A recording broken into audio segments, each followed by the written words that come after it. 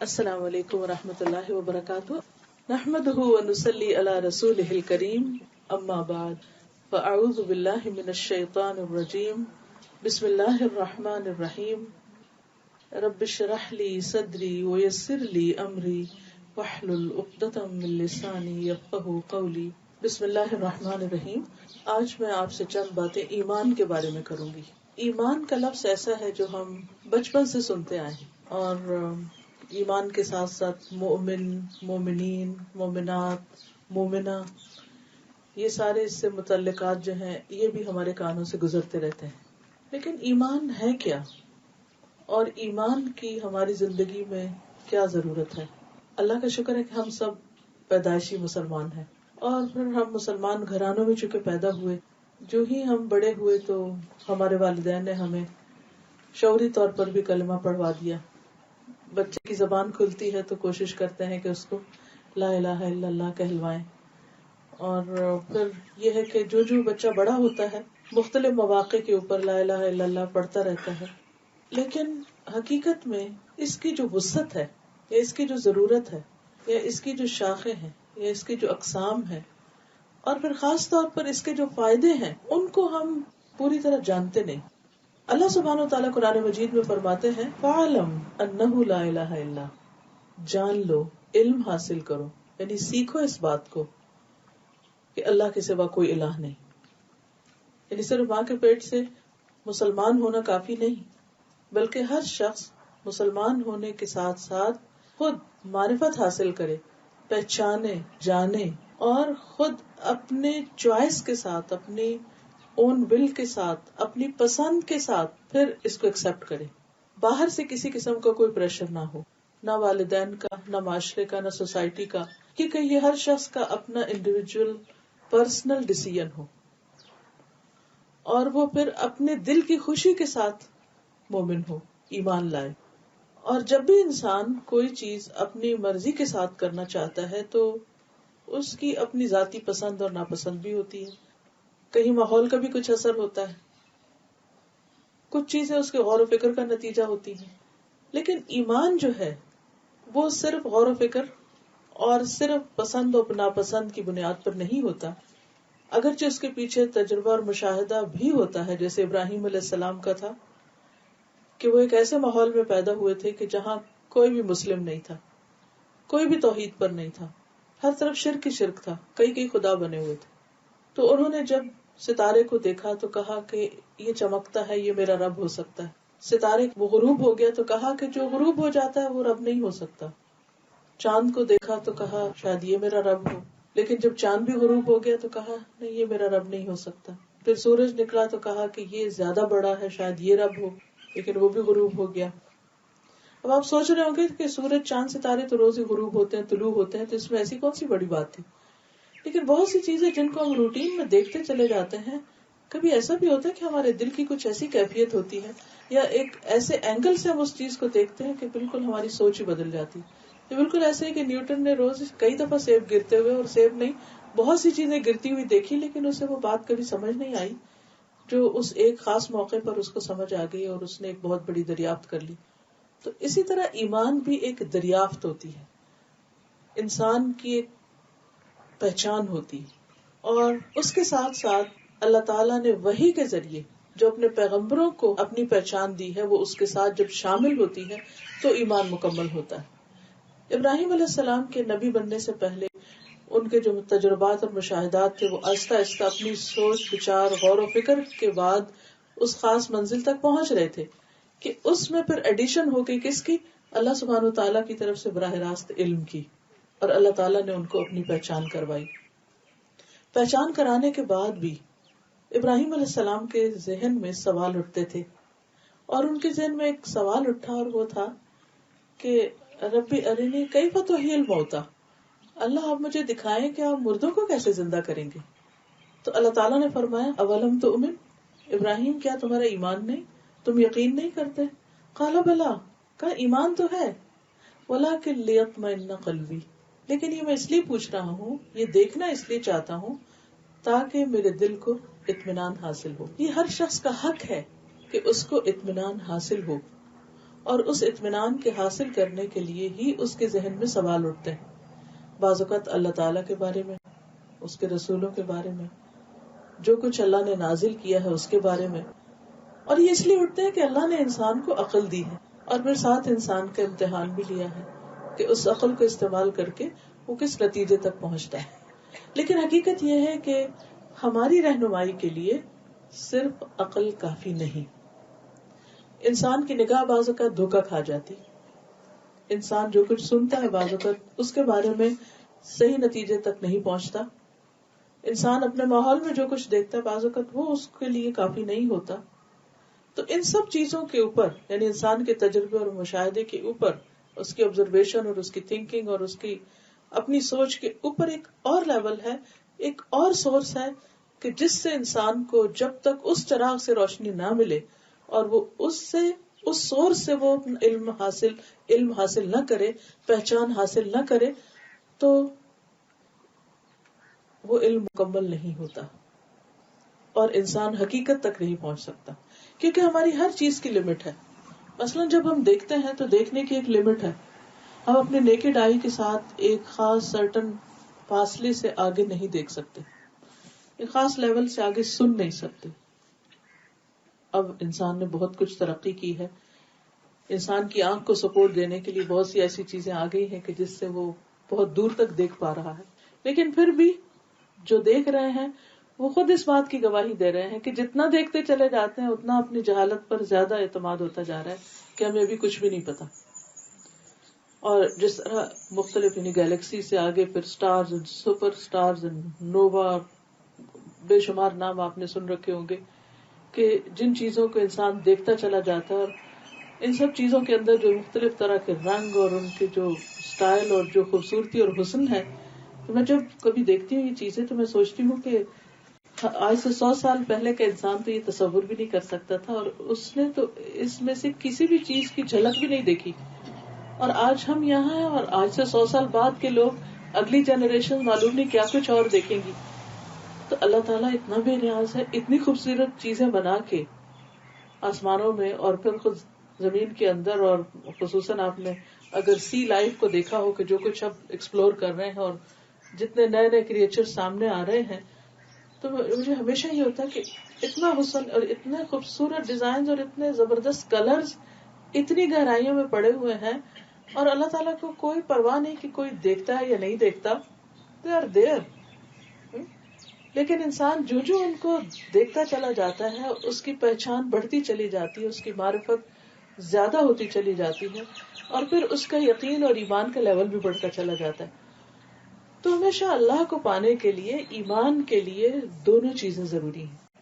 انسان کی اپنی عقل کا استعمال کرنا بھی، اس کی سوچ سمجھ کا بھی، تجربہ، مشاہدہ، آبزرویشن، ساری چیزیں، اور اس کے ساتھ ساتھ وحی الہی بھی کہ اللہ تعالیٰ نے انسان کی ہدایت کے لیے رسولوں اور پیغمبروں کے ذریعے کیا کچھ بھیجا. تو آئیے اس کی بنیاد پر ہم دیکھتے ہیں کہ اللہ تعالیٰ نے اور اس کے رسول صلی اللہ علیہ وسلم نے ایمان کی کیا ڈیفینیشن کی ہے. ایمان کیا چیز ہے جس پر ہماری نجات کا انحصار ہے، جس پر ہماری کامیابی کا انحصار ہے، جس سے ہم میں اور دوسرے لوگوں میں ایک بہت بڑا فرق واقع ہو جاتا ہے. کیونکہ ایمان لانا اور نہ لانا دونوں برابر نہیں ہوتے. تو بنیادی طور پر ایمان کیا ہے اگر 2 لفظوں میں کہا جائے وہ ہے رب کی پہچان، اپنے خالق کی پہچان، اس کو جان لینا، اور اس لیول پر جاننا کہ انسان کے دل میں اس کی یادیں بس جائیں، انسان کی نگاہ اور انسان کی سوچ اور انسان کا غور و فکر جو ہے اس کو ایک ڈائریکشن مل جائے، وہ صرف وانڈر نہ کرتا پھرے، ادھر ادھر بھٹکتا نہ پھرے. اور چونکہ ایمان کا لفظ امن سے بھی ہے تو الٹیمیٹلی اس کا غور و فکر اور اس کی ساری کوششیں اس کو ایک خاص امن، سکون اور اطمینان دے سکیں. کیونکہ جب انسان کے اندر سوال اٹھتے ہیں، جب انسان کے اندر ایک بے چینی اٹھتی ہے، تو وہ اپنے سوالوں کے جواب چاہتا ہے اور کسی نتیجے تک پہنچنا چاہتا ہے تاکہ وہ پرسکون ہو سکے. اور اگر وہ نہیں پا سکتا تو پھر انسان اس دنیا میں بھی بے چین رہتا ہے اور اگلی دنیا میں بھی بے چین رہے گا. اس لیے بہت ضروری ہے کہ ان چیزوں کی حقیقت کے بارے میں جانا جائے. ایمان کا لفظ جو ہے یہ عربی کا لفظ ہے آمن یؤمن ایمان، جس کا مطلب ہے مان جانا، یقین کر لینا، اور صرف بلائنڈلی نہیں ماننا، بلائنڈ فیتھ نہیں. اسلام میں بلائنڈ فیتھ کوئی چیز نہیں ہے، جان کر ماننا. یعنی ایمان ہے جان کر، سمجھ کر پھر کسی چیز کو ماننا، اور پھر اللہ تعالی کی طرف سے وحی کے ذریعے، ریویلیشن کے ذریعے جو کچھ ہمیں بتایا گیا ہے، چاہے وہ چیزیں ہم نے دیکھی ہیں یا نہیں دیکھی، ان کو دل و جان سے ماننا. اسی لیے قرآن مجید کے شروع میں ہی آ جاتا ہے کہ ذالک الکتاب لا ریب فیہ ھدی للمتقین، یہ کتاب جس میں کوئی شک نہیں متقین کو ہدایت دیتی ہے. کون ہے متقی؟ الذین یؤمنون بالغیب، وہ جو غیب پر ایمان لاتے ہیں. کہ بہت ساری چیزیں انسان کے علم، انسان کی نگاہ، انسان کی سوچ سے بالا ہے، اس سے اوپر، ان تک ان کو پا نہیں سکتا، ان تک پہنچ نہیں سکتا. بس اللہ تعالیٰ کی ذات ہم میں سے کوئی نہیں دیکھ سکتا. موسیٰ علیہ السلام نے بھی چاہا تھا کہ اللہ تعالیٰ کو دیکھ پائیں. جب اللہ تعالیٰ سے بات کا شرف حاصل ہوا تو ایک قدم اور آگے بڑھے کہ اللہ تعالیٰ مجھے آپ کو دیکھنا ہے. رب ارینی قال لن ترانی، اللہ تعالیٰ فرمایا تم دیکھ ہی نہیں سکتے، تمہاری ابھی اتنی ہمت ہی نہیں، تمہارے اندر وہ قوت ہی نہیں، وہ پاور ہی نہیں کہ تم دیکھ پاؤ، ابھی تم اس قابل نہیں کہ تم اس کو دیکھ سکو. ولکن انظر الی الجبل، سب سے بڑی چیز انسان کو جو دیکھ سکتا ہے وہ پہاڑ ہوتا ہے، تو پہاڑ کو دیکھو. فإن استقر مکانہ، اگر وہ اپنی جگہ ٹھہرا رہا، فسوف ترانی، تو تم مجھے دیکھ پاؤ گے. فلما تجلی ربہ للجبل، جب اللہ تعالیٰ نے اس پہاڑ کے اوپر تجلی کی تو کیا ہوا؟ وہ ریزہ ریزہ ہو گیا. جعلہ دکا وخر موسیٰ صاعقہ، اور موسیٰ علیہ السلام بے ہوش ہو کے گر گئے. کہ صرف وہ ایک چھوٹی سی ہلکی سی روشنی کی کرن تھی، یہ جھلک تھی کہ جو پہاڑ نے دیکھی. وہ پورا اللہ تعالیٰ کا دیدار نہیں کیا تھا اس نے، صرف تھوڑی سی تجلی تھی کہ جس کی وجہ سے پہاڑ ریزہ ریزہ ہو گیا. اور موسیٰ علیہ السلام جو تھے وہ اس پہاڑ کے اوپر جو ہلکی سی روشنی کی کرن آئی تھی اس کی تاب نہ لا کے بے ہوش ہو گئے. تو اس پہ اللہ تعالیٰ فرمایا کہ تم دیکھ نہیں سکتے، اس لیے ابھی ممکن نہیں. ہاں جب انسان جنت میں جائے گا تو اس کی ساری جو پارز ہیں، چاہے اس کے دیکھنے کی قوت ہے، سننے کی، چکھنے کی، کھانے کی، پینے کی، باقی جتنی بھی قوتیں ہیں وہ ساری کی ساری ایکسپینڈ کر دی جائیں گی، بڑھا دی جائیں گی. لائف بھی اینڈ لیس، زندگی کہیں ختم نہیں ہوگی، خواہشات کہیں ختم نہیں ہوگی، کہیں بوریت نہیں ہوگی. دنیا میں کیا ہوتا ہے، ہر چیز کی ایک لمٹ ہوتی ہے نا. کوئی بھی چیز آپ ضرورت سے زائد کھا لیں اس سے دل بھر جاتا ہے، کوئی کپڑا ضرورت سے زیادہ دن پہن لے تو اس سے دل بھر جاتا ہے، کسی ایک جگہ پر آپ کافی دن رہ لیں تو وہاں سے آپ بور ہو جاتے ہیں، کوئی بھی کام ایک زیادہ دن کرنے لگے تو آپ تھک جاتے ہیں، اس سے اکتا جاتے ہیں. اس وقت دنیا میں بورڈم کا مسئلہ جو ہے ایک بہت مصیبت بنا ہوا ہے. اسی لیے ہر وقت لوگوں کے دماغ اس پہ کام کرتے رہتے ہیں کہ اچھا اب نیا فیشن کیا ہو، نیا ڈیزائن کیا ہو. ہر چیز کے اندر ویرائٹی، چیزیں وہی ہیں لیکن ان کے نئے نئے کمبینیشن کے کسی طرح انسان کہیں خوش ہو جائے. لیکن کچھ بھی پا کر انسان خوش نہیں ہوتا کیونکہ کچھ دن کے بعد وہ چیز پر نگاہوں سے اتر جاتی. یہ سب چیزیں انسان کی جنت میں جا کے ختم ہو جائیں گی. اس وقت انسان کی انجوائے کرنے کی صلاحیت بہت زیادہ بڑھ جائے گی. جیسے ہمارا ٹیسٹ جو ہے اس میں بھی آپ دیکھیں کہ اگر آپ کو مثلا میٹھا بھی پسند ہے تو تھوڑا سا میٹھا زیادہ کریں تو دل متلانے لگتا ہے. ایک حد سے زیادہ آپ وہ نہیں کھا سکتے. نمک ایک حد سے زیادہ آپ لیں تو آپ تھوک دیں گے. مرچیں ذرا سی زیادہ ہو جائے تو آپ وہ کھانا نہیں کھا سکتے. گھی زیادہ ہو جائے تو وہ آپ پسند نہیں کرتے. پانی ذرا ضرورت سے زیادہ پی لیں تو آپ کا دل متلانے لگتا. کوئی بھی چیز آپ ایک لمٹ سے آگے جا ہی نہیں سکتے. لیکن جنت ایک ایسی جگہ ہے کہ جہاں جا کر انسان کو ایسی کوئی تکلیف، کوئی پریشانی نہیں. جس چیز کا جتنا دل چاہتا ہے اور وہ جتنا زیادہ اس کو کھانا چاہتا ہے، جتنا زیادہ اس کو کسی بھی طرح انجوائے کرنا چاہتا ہے. اور ہر ایک کے ٹیسٹ میں فرق ہوتا ہے نا. کسی کو خوبصورتی دیکھ کے زیادہ اچھی لگتی ہے، وہ دیکھ کے انجوائے کرتا ہے، کچھ سن کے انجوائے کرتے ہیں، کچھ کھا کے انجوائے کرتے ہیں، کچھ کسی اور طرح سے. تو یہ ساری کی ساری خواہشات جو ہیں یہ انسان کی جنت میں پوری ہو سکتی، یہاں نہیں. اسی لیے اللہ سبحانہ وتعالیٰ کے دیکھنے کی جو قوت ہے وہ صرف وہاں ملے گی. یعنی انسان کی نگاہ کو وہاں جا کے تک. دنیا میں بھی جو انسان کی آئیز ہے وہ اتنی پاورفل چیز ہے کہ ہمارے جسم میں جتنے نیوٹرینٹس ہیں اس کا 25% حصہ جو ہے وہ آنکھوں کو چاہیے ہوتا ہے. باقی 75% پورا جسم لیتا ہے اور 25% جو ہے وہ آنکھیں لے جاتی ہیں. تو ان سب چیزوں کے باوجود دنیا میں ہم نہیں دیکھ سکتے, لہذا وہ ایک جگہ رکھی, ایک دن رکھا کہ جہاں آ کر انسان دیکھ پائے گا. اسی لیے اللہ تعالیٰ نے کیا فرمایا کہ تم ابھی صرف مان جاؤ. ایمان ہے مان لینے کا نام. کچھ چیزیں دیکھ کر مانو گے اور کچھ میرے بتائے ہوئے بھیجے ہوئے علم یا وحی کے ذریعے مانو گے. تو پہلی کنڈیشن لگا دی یؤمنون بالغیب, اور مومن ہوتا ہی وہ ہے جو غیب پر ایمان لاتا ہے. غیب کیا؟ انسین چیزوں پر ایمان رکھتا ہے. اب اس میں آپ دیکھیے کہ خود اللہ تعالیٰ ہے, فرشتے ہیں. فرشتوں کو بھی ہم نہیں دیکھ سکتے کیونکہ وہ ایک ایسی مخلوق ہے کہ ہم ان سے مانوس نہیں ہیں. اگر وہ ہمیں ہر طرف اڑتے چلتے پھرتے, کیونکہ ان کے بہت سے کام ہیں کائنات کے اندر, ان کی ڈیوٹیز ہیں, وہ ہر وقت گھوم پھر رہے ہیں. ان للہ ملائکۃ سیارہ, ہر وقت چل رہے ہیں, ان کی اپنی ایک ٹریفک ہے. اگر وہ ہمیں نظر آنے لگ جائے تو یہ سارا حسن ختم ہو جائے. ہم تو ہر وقت خوف زدہ, اچھا وہ موت کا فرشتہ جا رہا ہے, اچھا وہ فلانا جا رہا ہے, اچھا وہ فلانا جا رہا ہے. آپ سوچیے کہ ہمارا حال کیا ہو, ہم تو چین سے بیٹھ ہی نہ سکے. اچھا وہ ساتھ کے گھر میں موت کا فرشتہ آ گیا, اچھا وہ وہاں پر منڈلا رہا ہے. تو یہ جو اللہ نے حسن رکھا ہے, یہ جو کچھ زمین پہ پیدا کیا ہے, ہم تو نہ کچھ کھا سکے, نہ پی سکے, نہ سو سکے, ہمارے تو چین ہی اٹھ جائے.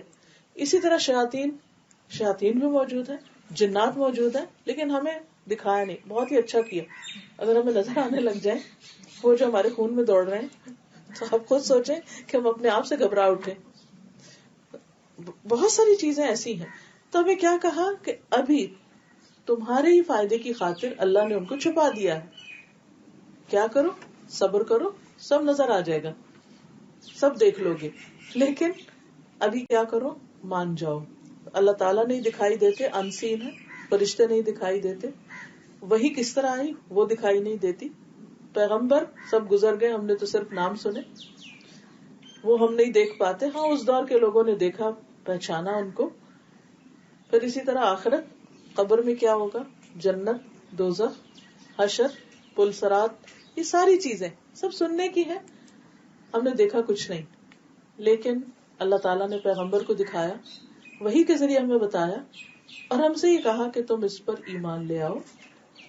اور اگر تم ایمان لے آؤ گے مجھ پر اعتماد کر کے تو تم بہت فائدے میں رہو گے. تمہارے بہت سارے کوشچنز کے آنسرز مل جائیں گے تمہیں, کیونکہ پھر صرف جب ایمان آ جاتا ہے نا تو ایک سورس رہ جاتا ہے کہ جس پر انسان ٹرسٹ کرتا ہے, کیونکہ اللہ کی ذات, ہاں ٹھیک ہے, اگر اس نے کہا تو پھر صحیح ہے, پھر میں مان جاتا ہوں. کیونکہ صرف دین کے معاملے میں نہیں, ہر نالج کے معاملے میں ہمیں ٹرسٹ کرنا پڑتا ہے. مثلا آپ دیکھیں کہ جتنی بھی ریسرچز آتی ہیں اور ان کے جتنے نتائج آتے ہیں, ہم بہت سی چیزیں جو ہیں ہم خود ان کو ہم نے آزمایا نہیں ہوتا. ہم ان اسٹیٹسٹکس پر صرف ایز اٹ از ان کو لے کے آگے چلتے ہیں. اب مثلاً آپ اگر کسی ڈاکٹر کے پاس جاتے ہیں اور آپ کہتے ہیں جی مجھے یہ بیماری ہے, تو وہ آپ کو کہتے ہیں اچھا آپ ٹیسٹ کرائیے. آپ ٹیسٹ کرا کے لاتے ہیں, اس انالیسس کو دیکھتے ہیں. اب جتنے بھی مریض جاتے ہیں, کیا ہر ایک یہ جانتا ہے کہ ڈاکٹر جو کچھ پڑھ رہا ہے, جو سمجھ رہا ہے, وہ سارا اس کو ایکسپلین کرے, اور اگر کرے بھی تو کیا وہ اس کو سمجھ میں بھی آ جائے گا کہ وہ جو لکھا ہوتا ہے, کہ رپورٹس آپ کے ہاتھ میں دے دیتے ہیں, آپ رکھ دیتے ہیں لا کے, آپ کو کچھ سمجھ نہیں آتا کہ کیا لکھا ہوا. لیکن اس انالیسس کی بنیاد پر جو وہ دوائی آپ کو دیتا ہے وہ آپ کھا لیتے ہیں. کیوں کھاتے ہیں؟ ٹرسٹ کی بنا پہ کھاتے ہیں. اگر ہمارا ڈاکٹر پر اعتماد نہ ہو, اور کبھی ہوتا نا جس ڈاکٹر پہ یقین نہیں ہوتا, جس کی بات دل کو نہیں لگتی, تو پھر ہم اس کی دوا لا کے بھی خرید کے بھی نہیں کھاتے. تو یہ اعتماد زندگی کے ہر معاملے میں ضروری ہے. اور دیکھیے کہ آج کے بچے ہر چیز میں کوشچن کرتے ہیں, اور میں سمجھتی ہوں بہت اچھا ہے کہ کرتے ہیں. اب سے مجھے اپنے بیٹے کو ہر بات سمجھانے کے لیے کوئی نہ کوئی لاجک لانی پڑتی ہے, کہیں نہ کہیں دلیل لانی پڑتی ہے, کہیں سے کچھ پڑھنا پڑتا ہے, کہیں اس کو ریفر کرنا پڑتا ہے کہ اچھا دیکھ. چھوٹی سی بھی بات میں اس کو کہوں گی نا, مثلاً یہ کہ اچھا کھانا کھاتے ہی فوراً نہیں نہاؤ, کہاں لکھا ہے؟ کیا نقصان ہے. یہ سارے آپ کے متس ہیں اور یہ سارے نانی دادی کی سنی ہوئی باتیں، اس کی کوئی حقیقت نہیں. اچھا پڑھو اس کو، یہاں سے گوگل کرو، یہاں سے دیکھو، وہ دیکھو، پھر کوئی اور بات ہوگی ایسا نہیں کرو. اچھا کیوں نہ کرے؟ ہر بات پہ کیوں ہے، کیوں نہ کرے، کیوں نہ کرے. اب اس میں آپ دیکھیے کہ ایک لمٹ ہوتی ہے نا. اچھا فلاں نے کہا، اچھا فلاں نے کیسے کہہ دیا؟ بھائی مجھے نہیں معلوم اس نے کیوں کہہ دیا. اس نے تجربہ کیا، اس نے پڑھا سمجھا، اس نے زندگی لگائی اس علم میں، اس لیے اس نے کہہ دیا. ڈاکٹر سو اینڈ سو نے یہ کہا، فلاں سائنٹسٹ نے کہا، اس نے کہا، اس نے کہا. اب آپ دیکھیے کہ کوئی ایک حد ہوتی ہے نا، وہاں جا کے آپ کو اعتماد کرنا پڑتا ہے. چاہے وہ سچا ہے یا جھوٹا ہے، آپ کو اعتماد کرنا پڑتا ہے. اس کے بغیر آپ چل نہیں سکتے.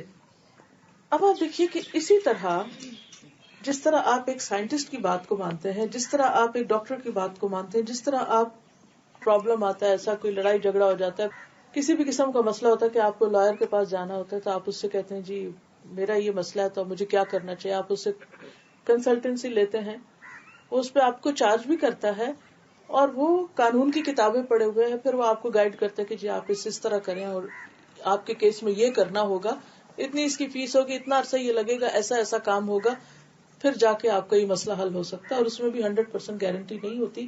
بعض اوقات کیس جیت لیتے ہیں، بعض اوقات ہار بھی جاتے ہیں. لیکن آپ کو پتا ہوتا ہے کہ رسک ہے یہاں پر بھی، پھر بھی آپ کو اعتماد کرنا پڑتا ہے. ہر کسی پہ تو کریں گے نا. تبھی آپ اپنا معاملہ اس کے حوالے کر دیتے ہیں. کیس آپ کا، انٹرسٹ آپ کا ہے، لیکن آپ اس پہ ٹرسٹ کر کے اس کو دیتے تو بھائی تم میری طرف سے لڑو جا کے، کیونکہ میں وہ اس طرح بیان نہیں کر سکتا جس طرح تم کر سکتے. تو بالکل اسی طرح ریلیجن کے معاملے میں، اپنی کریشن کے معاملے میں، اپنی بگننگ، اپنی اینڈنگ، اپنے فیوچر کے معاملے میں کیا ٹھیک ہے کیا نہیں ٹھیک، ہمیں کسی نہ کسی پر اعتماد کرنا پڑتا ہے. وہ کون ہو جس پر ہم اعتماد کریں؟ وہ پیغمبر ہوتے ہیں جن پر اعتماد کیا جاتا ہے، کیونکہ وہ اپنے وقت کے سب سے سچے انسان ہوتے ہیں. وہ اپنی طرف سے نہیں بولتے. جیسے قرآن مجید میں نبی صلی اللہ علیہ وسلم کے بارے میں آتا ہے وَمَا يَنْطِقُ عَنِ الْهَوَىٰ إِنْ هُوَ إِلَّا وَحْيٌ يُوحَىٰ، کہ وہ اپنے دل سے باتیں نہیں بناتے، وہ جو کچھ کہتے ہیں ان کے اوپر وحی آتی، وہ وحی کے ذریعے بتاتے ہیں. ان کا سورس آف نالج جو ہے وہ ریولیشن ہے، اور ان کا اعتماد اللہ کی ذات پر ہے. اس لیے ہمیں دین کے معاملے میں بہت سارے سوالوں کے جواب قرآن اور سنت سے ملتے ہیں، اور اس معاملے میں ہم پیغمبر پہ جو کتاب آئی ہے اس پر، جس نے یہ کتاب بھیجی ہے اس پر، یعنی اللہ رب العزت پر ہمیں اعتماد کرنا پڑتا ہے. اور پھر جیسے وہ کہیں ویسے کرنا پڑتا ہے. اور جب ہم اس طرح کر لیتے ہیں تو پھر ہمیں شفا حاصل ہو جاتی. جیسے بیمار ہونے کی صورت میں ڈاکٹر پہ اعتماد کر کے آپ جا کے اس کے سامنے لیٹ جاتے ہیں، وہ آپ کو مثلاً آپ کے دانت میں اگر تکلیف ہو گئی ہے تو آپ گھر نہیں بیٹھے رہتے، آپ ڈاکٹر کے پاس جاتے ہیں اور آپ کو معلوم ہے کہ وہاں کیا ہوتا ہے، کہاں لیٹنا ہوتا ہے، اور کس طرح آپ اپنا منہ کھول کے اس کے آگے رکھ دیتے ہیں، اور کتنے نازک طریقے سے وہ کیسے کیسے اوزاروں کے ساتھ آپ کے دانت نکالتے بھی ہیں اور لگاتے بھی ہیں اور سب علاج بھی کرتے ہیں. کیسے چلے جاتے ہیں آپ؟ کیسے ہو جاتا ہے؟ یہ اعتماد کے ساتھ ہی ہوتا ہے. اگر آپ کو اعتماد نہ ہو تو آپ کبھی نہیں جا کے وہاں لیٹے، کبھی اس کی بات نہیں مانے.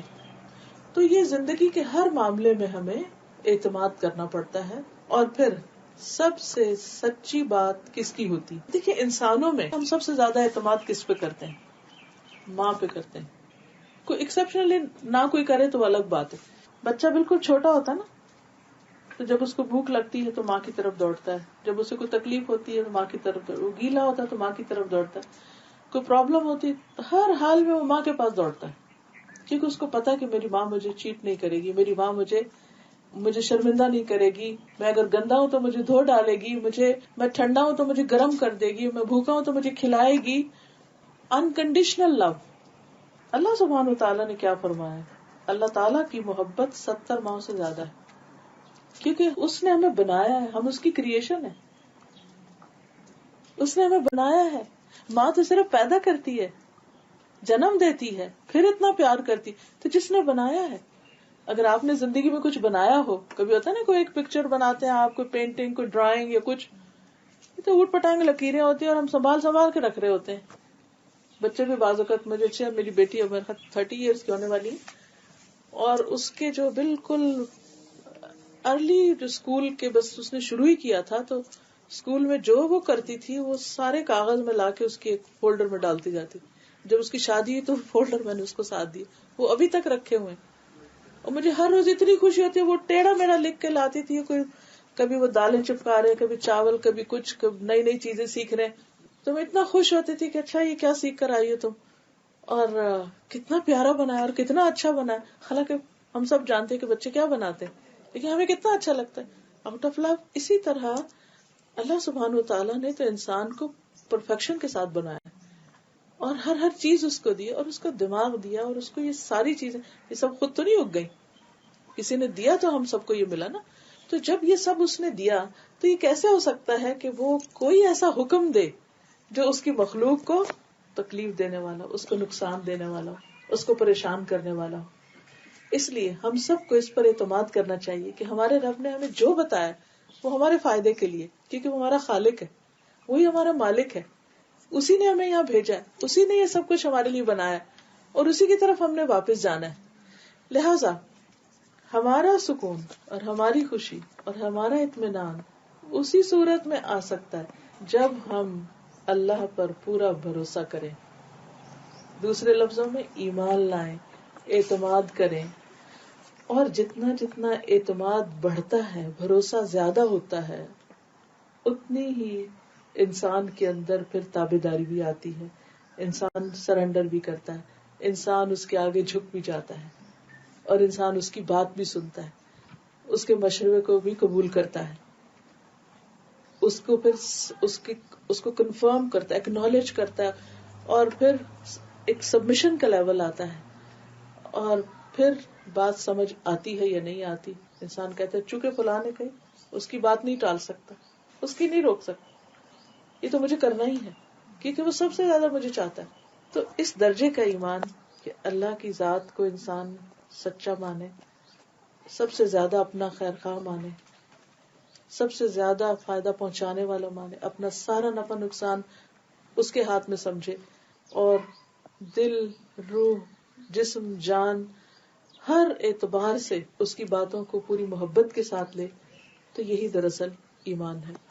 عربی میں ایمان کی تعریف کچھ یوں کی گئی ہے: هو التصدیق الجازم والاعتراف التام بجمیع ما امر اللہ ورسولہ بالایمان بہ والانقیاد ظاہرا و باطنا.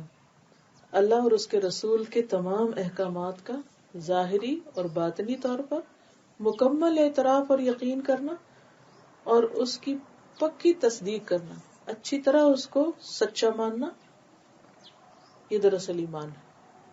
اس میں آپ دیکھیے کہ اس میں انسان کا دل, قلب, انسان کے لسان, زبان, انسان کے جوارح, اس کا پورا جسم, دل, دماغ, سب کچھ بیچ میں آ جاتا ہے. یہ سب چیزیں بیچ میں شامل ہو جاتی ہیں کہ انسان جب رب کو پہچان جائے, جب اس کو پا لے, تو پھر اس کا دل بھی اس کو مانے, اس کی زبان بھی اس کو ڈکلیئر کرے, اور اس کے جو ایکشنز ہیں وہ اس کے مطابق ہو جائیں. اور ایمان بڑھتا بھی ہے اور گھٹتا بھی ہے. اللہ کی بات ماننے سے ایمان میں اضافہ ہوتا ہے, اور جب شیطان کی بات مانی جائے تو ایمان میں کمی ہو جاتی. اور جب انسان ایک لمبے عرصے تک شیطان کی بات مانتا جاتا ہے تو بالکل لیول ڈراپ ہو جاتا ہے. یعنی ایمان کو اسٹیٹک چیز نہیں, کسی ایک جگہ رکا نہیں رہتا کہ بھی ہم نے ایک دفعہ بچپن میں لا الہ اماں نے پڑھا دیا تھا تو اب مسلمان ہو گئے, اور اب ہم جو جی چاہے کریں تو بس اب وہ وہی کافی ہے. نہیں, یہ گرو کرتا ہے اگر اس کو اچھا ماحول ملتا ہے, اور یہ مرجھا جاتا ہے, ختم ہو جاتا ہے, کم ہو جاتا ہے جب اس کو مرضی کے خلاف ماحول ملتا ہے. تو اس لیے بہت ضروری ہے کہ ایمان کو بڑھانے والے طریقے بھی ہم کو معلوم ہو کہ کن چیزوں سے ایمان بڑھتا ہے, اور کون سی چیزیں ایمان کو نقصان دیتی ہیں وہ بھی ہمیں معلوم ہو. جب یہ معلوم ہو جائے اور اس کے مطابق ہم عمل کریں تو پھر ہمارے اندر ایک بیلنس آ جاتا ہے. اب اس کے لیے مثلاً حضور صلی اللہ علیہ وسلم سے ایک شخص نے پوچھا کہ یا رسول اللہ ایمان کیا ہے, واٹ از ایمان, مل ایمان.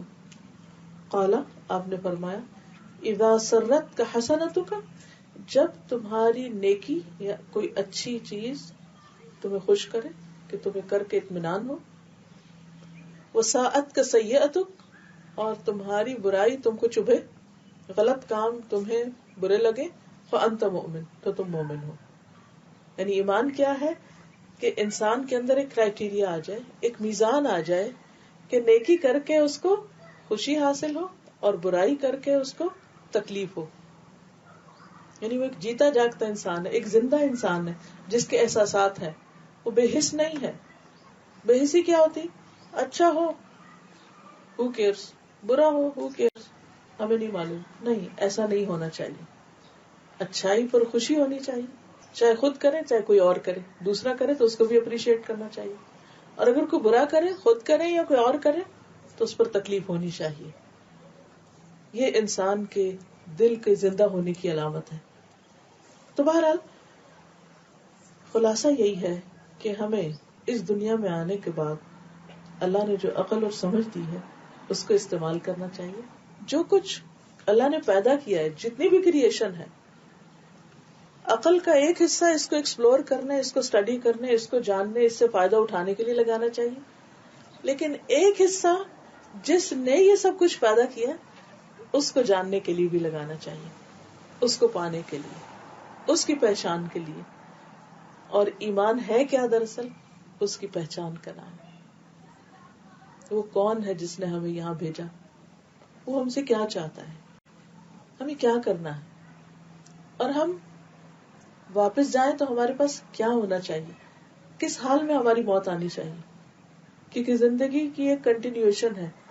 یہ نہیں ہوتا کہ جب کوئی مر جاتا ہے تو وہ ختم ہو جاتا ہے، نہیں، وہ ایک اور فیز میں چلا جاتا ہے. جو اس کی روح ہے اگر اچھی حالت میں مرتا ہے تو وہ خوشی کی حالت میں آگے کنٹینیو کرتی ہے، اور اگر برے کام کر کے ضمیر پہ ایک بوجھ لے کے انسان اس دنیا سے جاتا ہے، اور ضمیر کے اندر اور دل کے اندر ایک قلق اور اضطراب اور بے چینی اور پریشانی اور دکھ اور تکلیف ہے، تو دل کی کیفیات وہ مرنے کے بعد بدلتی نہیں، وہ پھر ساتھ ہی چلتی. اس لیے عقل مند وہ ہے کہ جو اس دنیا میں اس درجے کا ایمان لے آئے کہ جس کے بعد اس کے دل کے اندر ایک سکون اور اطمینان ہو جائے. اب یہ ہے کہ چونکہ ایمان میں علم بھی ہے، یقین بھی ہے، اعتماد بھی ہے، اور پھر اطاعت بھی ہے، تو اصل چیز ہے کہ انسان پھر صرف زبانی کلامی حد تک یا صرف اپنی سوچوں کی حد تک یہ سب کچھ نہ کرے، بلکہ اس کا عمل بھی اس کو اس طرف لے جائے. تو چند ایک مختصر میں بتا دیتی ہوں کہ ایمان آنے سے انسان کو کیا فائدے ہوتے ہیں، اور پھر اس کے بعد یہ ہے کہ اگر کوئی سوال جواب ہو تو وہ کر لیں گے انشاءاللہ تعالی. سب سے پہلی چیز یہ ہے کہ انسان جب ایمان لاتا ہے تو انسان پر ہدایت کے راستے کھلنے لگتے ہیں، اور چیزوں کی حقیقت سمجھ میں آنے لگتی ہے، اور کیا ٹھیک ہے اور کیا غلط ہے یہ بھی بہت جلدی سمجھ میں آنے لگتا ہے. قرآن مجید میں اللہ تعالیٰ فرماتے ہیں ان الذین آمنوا وعملوا الصالحات یہدیہم ربہم بایمانہم، بے شک جو لوگ ایمان لائے اور انہوں نے نیک عمل کیے، ان کا رب ان کے ایمان کے سبب انہیں سیدھے راستے کی رہنمائی کرتا ہے. یعنی جب انسان اللہ پر اعتماد کر لیتا ہے تو اللہ تعالیٰ اس کا ہاتھ پکڑ لیتا ہے اور اس کو پھر سیدھے راستے پر لے جاتا ہے، اس کو برائیوں سے بچاتا ہے، بھٹکنے سے بچاتا ہے، گمراہی سے بچاتا ہے. پھر اسی طرح ایمان انسان کی کامیابی کی ضمانت ہے. اولئک علی ھدی من ربہم واولئک ھم المفلحون، جن لوگوں کو ہدایت مل جاتی ہے، سیدھا راستہ مل جاتا ہے، تو اس سیدھے راستے پر چلتے چلتے وہ رائٹ جگہ پر جا پہنچتے ہیں، اور وہ کامیابی کی منزل ہے. حقیقی معنوں میں جو سکسیس ہے اس کا کرائیٹیریا کیا ہے کہ انسان وہ کام کرے کہ جس کی وجہ سے وہ اصل راستے کو نہ چھوڑے، یا اصل راستہ اس سے نہ چھوٹے، یا اس سے ادھر ادھر دائیں بائیں نہ نکلے. جب تک آپ اس راستے پہ نہیں چلتے تو اس منزل تک پہنچ نہیں سکتے. وہ راستہ کب ملتا ہے؟ وہ ایمان سے ملتا ہے. اور ایمان صرف زبانی کلامی نہیں بلکہ انسان جس چیز پر یقین رکھتا ہے پھر اس کو کر کے بھی دکھاتا ہے. مثلا آپ دیکھیے کہ اگر ہم سمجھتے کہ زہر انسان کو مار دیتا ہے تو انسان زہر نہیں کھاتا. یہ ہے ایمان. جب پتہ چل جائے کہ اس بات سے اللہ تعالیٰ راضی نہیں ہے، خوش نہیں ہے، اس سے وہ ناراض ہو جائے گا. تو پھر انسان کا ایمان کے اندر اتنی پار ہوتی کہ وہ اس کو کھینچ لیتی کہ نو یہ نہیں کرنا، کیونکہ اس کے نتیجے میں وہ ناراض ہو جائے گا، اور اگر وہ ناراض ہو گیا تو باقی کچھ بھی نہیں رہے گا. تو پھر انسان اس چیز کو چھوڑ دیتا ہے. پھر انسان کے درجات کی بلندی بھی ایمان کے ساتھ ہی. جتنا جتنا ایمان بڑھتا ہے انسان کا اسٹیٹس اتنا اتنا اللہ کی نگاہ میں بڑھتا جاتا ہے. قرآن مجید میں آتا ہے یرفع اللہ الذین آمنوا منکم والذین اوتوا العلم درجات. اللہ بلندی عطا کرتا ہے ان لوگوں کو جو تم میں سے ایمان لائے اور جن کو علم دیا گیا، پھر ان کے درجات. یعنی جب ایمان بڑھتا ہے تو درجات بڑھتے ہیں، جب علم بڑھتا ہے تو درجات بڑھتے ہیں، جب ایمان علم کے ساتھ بڑھتا ہے تو درجات بہت بلند ہو جاتے ہیں. اور علم چاہے ہو لیکن اگر انسان کا عمل نہیں تو پھر ایمان میں کمی آنے لگتی ہے، تو علم کے باوجود بھی درجات نیچے آنے لگتے ہیں. بلکہ اس پر اللہ تعالیٰ کی اور زیادہ ناراضگی آتی ہے کہ ایک شخص جس کو پتا نہیں اس کے پاس تو پھر عذر ہے، لیکن پتا ہونے کے باوجود پھر تم خدا کو ناراض کرتے ہو تو یہ بہت ہی ناشکری کی بات ہے. پھر اسی طرح یہ ہے کہ ایمان کی وجہ سے اللہ رسول کی بات انسان کو فائدہ دیتی ہے. جیسے کہتے ہیں نا کہ ڈاکٹر کی دوا تب فائدہ دے گی جب تمہارا یقین ہوگا اس پر، کیونکہ انسان کی سوچ جو ہے اس کا بہت سے کاموں میں بہت گہرا تعلق ہوتا ہے. اور جو مثبت سوچ ہوتی ہے، پازیٹیو تھنکنگ ہوتی ہے، اس کی اپنی ایک پاور ہوتی ہے. مثلا اگر ہم کسی بھی کام کے بارے میں کہہ دیتے ہیں کہ یہ میں نہیں کر سکتا، I can't do it، تو پھر کیا ہوتا ہے؟ وہ نہیں کر پاتے آپ، حالانکہ آپ کر سکتے ہوتے ہیں، لیکن چونکہ آپ نے سوچ لیا کہ میں نہیں کر سکتا تو پھر ہوتا نہیں. لیکن جس چیز کے بارے میں آپ کہتے ہیں کہ نہیں I can do it، let me try، میں کوشش کرتا ہوں، میں کر لوں گا، چاہے اس میں رسک ہے. لیکن اگر آپ کے اندر وہ ایک خاص چیز ہوتی ہے کہ جب وہاں پکی گرہ لگ جاتی ہے نا تو پھر آپ اپنا راستہ ڈھونڈ لیتے ہیں.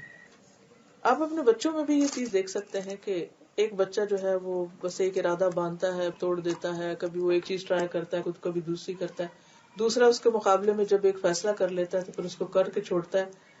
ایک بچے کی آپ بات مان لیتے، دوسرے کی آپ نہیں مانتے. کس کی مانتے اور کس کی نہیں؟ جو خود انڈیسائسو ہوتا ہے آپ بھی اس کی بات کو اگنور کر دیتے.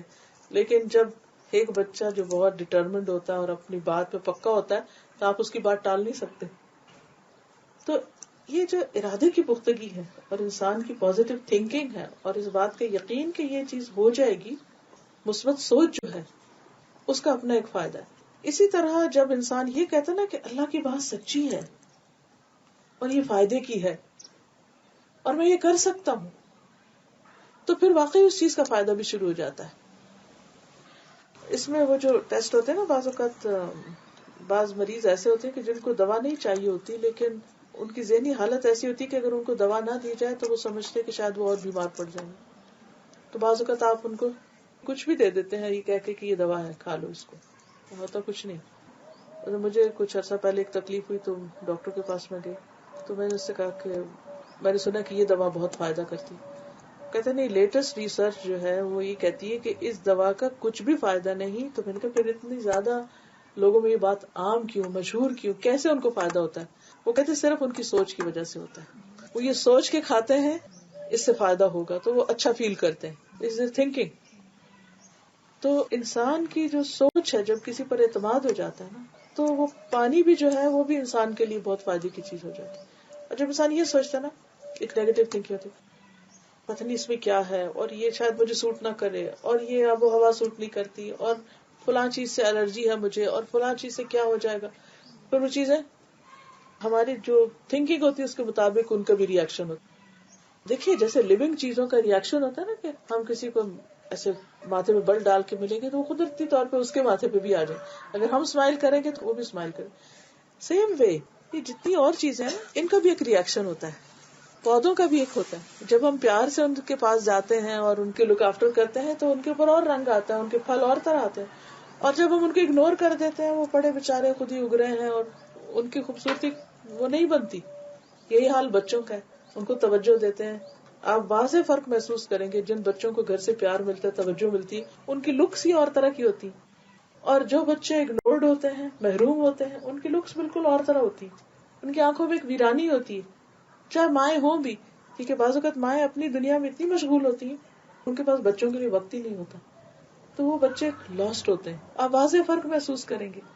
تو اسی طرح جب ہمارا اللہ تعالیٰ پر اعتماد ہو جاتا ہے نا، یقین ہو جاتا ہے کہ میرا رب اس سے محبت کرتا ہے اور وہ میرا بھلا چاہتا ہے، تو اس کی چھوٹی سی بات بھی آپ کو اتنی اچھی لگے گی کہ آپ کا دل خوش ہو جائے گا.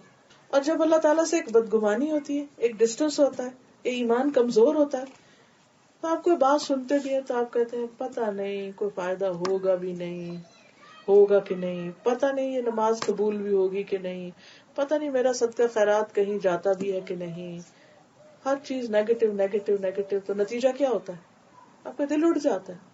وہی کام جو آپ اتنے شوق سے کرتے ہیں اس میں کوئی انٹرسٹ نہیں باقی رہتا. تو اسی لیے اللہ تعالیٰ فرماتے ہیں وَذَكِّرْ فَإِنَّ الذِّكْرَىٰ تَنفَعُ الْمُؤْمِنِينَ. آپ نصیحت کرتے رہیں کیونکہ جو ایمان لانے والے ہیں ان کو نصیحت بہت فائدہ دے گی. اور جو نہیں ماننے والے، اللہ تعالیٰ قرآن پاک کے بارے میں فرماتے ہیں وَنُنَزِّلُ مِنَ الْقُرْآنِ مَا هُوَ شِفَاءٌ وَرَحْمَةٌ لِّلْمُؤْمِنِينَ وَلَا يَزِيدُ الظَّالِمِينَ إِلَّا خَسَارًا. ہم قرآن میں وہ چیز نازل کرتے ہیں جو مومنوں کے لیے شفا اور رحمت ہے، اور ظالموں کے لیے خسارے کے سوا کسی چیز میں اضافہ نہیں کرتے. ایک ہی قرآن ہے، ایک شخص جو محبت سے پڑھتا ہے اس کے دل کی بہار بن جاتا ہے، اور جس کو اس سے کوئی انٹرسٹ نہیں اس کے دل پر وہ کچھ بھی نہیں اثر کرتا. فرق وہاں نہیں ہے، فرق یہاں ہے. بیج ایک ہی جیسے ہوتے ہیں، زمین کا فرق ہوتا ہے. جو زمین اچھی ہوتی ہے اس پر جو بیج ڈالا جاتا ہے وہ زبردست طریقے سے اگتا ہے، لیکن اگر زمین ہی خراب ہے اور بیج ڈالے بھی تو کچھ فائدہ نہیں. ہمارا دل بھی اسی طرح ہے. اگر دل اچھا ہے، ایمان کا بیج آنے کی دیر ہے، بہت خیر نکلے گی. اور اگر اپنا ہی من خراب ہے تو اچھی سے اچھی نصیحت، اچھی سے اچھی بات اور اچھے سے اچھا واعظ اور نصیحت اور لیکچر اور آیات اور تلاوت اور کوئی فائدہ نہیں ہوگا. اس لیے ضروری ہے کہ ہم سب سے پہلے اپنی ٹریٹمنٹ کریں، اپنا تزکیہ کریں، اپنے اندر کے ڈاؤٹس کو نکالیں، اپنے اندر کے یقین کو پختہ کریں. اور اس کے لیے ایک طرف اچھی کمپنی، اچھا علم، یقینی علم یعنی قرآن و سنت کا، اور اس کے ساتھ ساتھ اللہ سے دعا. اللہ تعالیٰ یہ دیکھتا ہے کہ یہ بندہ میرے پاس کب آتا ہے، میرے ساتھ اس کا کیا تعلق. میں دعا کو کوئی ریچول کے طور پہ نہیں لیتی، میں ہمیشہ دعا کو اپنے اور اپنے رب کے ساتھ ایک کنیکشن کے طور پہ لیتی کہ کتنا کنیکشن. صحابہ کرام چھوٹی چھوٹی چیزوں میں مانگتے تھے. یہ بھی اعتماد کی بات ہے نا کہ آپ کس کے پاس جاتے ہیں. دنیا میں بھی جب آپ کسی مشکل میں ہوتے ہیں، ضرورت ہوتی ہے، تو آپ سوچتے ہیں اچھا امی کو کہوں یا بہن کو کہوں یا دوست کو کہوں یا شوہر کو کہوں، کس کو کہوں. پھر جس پر آپ کو سب سے زیادہ اعتماد ہوتا ہے نا تو آپ اس کو میسج کرتے ہیں اچھا دیکھو آج مجھے یہ کام ہے، تم کیا کہتی ہو.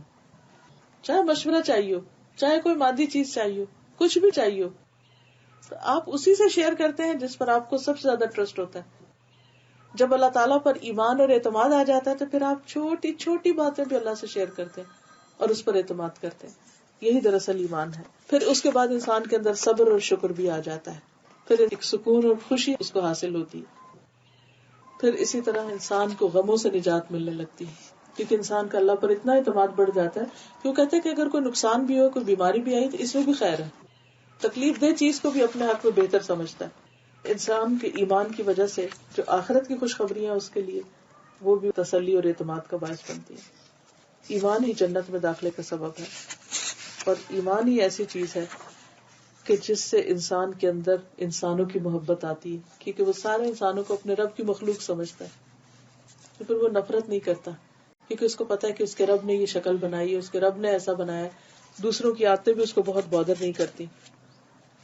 پھر یہ کہ انسان کی اپنی شخصیت کے اندر بہت سے چینجز آتے ہیں، اس کے اندر کی لالچ اور حرص ختم ہوتی ہے، اور اس کے اندر انسانوں کے ساتھ ایک خاص درجے کی خیر خواہی آتی ہے. اور وہ صرف ظاہر میں نہیں، چھپ کر بھی دوسروں کو بھلا کرتا ہے. وہ صرف ظاہر میں نہیں، چھپ کر بھی برائیوں سے بچتا ہے، کیونکہ اس کو پتا ہے کہ اس کا رب اس کو دیکھ رہا ہے، وہ سننے والا ہے، جاننے والا ہے. اور جب انسان کی اپنے رب کے ساتھ محبت بڑھتی ہے، تعلق بڑھتا ہے، تو وہ زیادہ سے زیادہ اس کو جاننا چاہتا ہے. اور اس کو جاننے کا طریقہ اس کی صفات کو جاننا ہے، اس کے ناموں کو جاننا ہے.